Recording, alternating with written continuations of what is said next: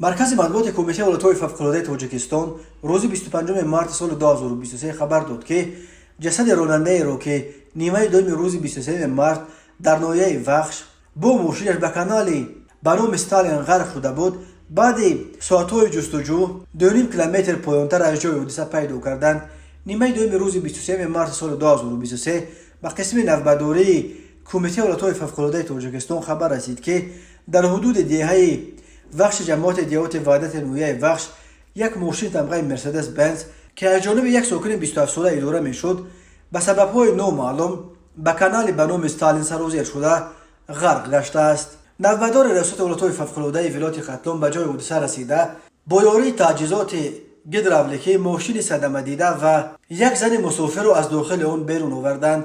زن مسافر با جراحت‌های وزنین در بیمارخانه نویوی بستری کرده شد، اما جستجوی راننده در آن روز به نتیجه انجام یافت.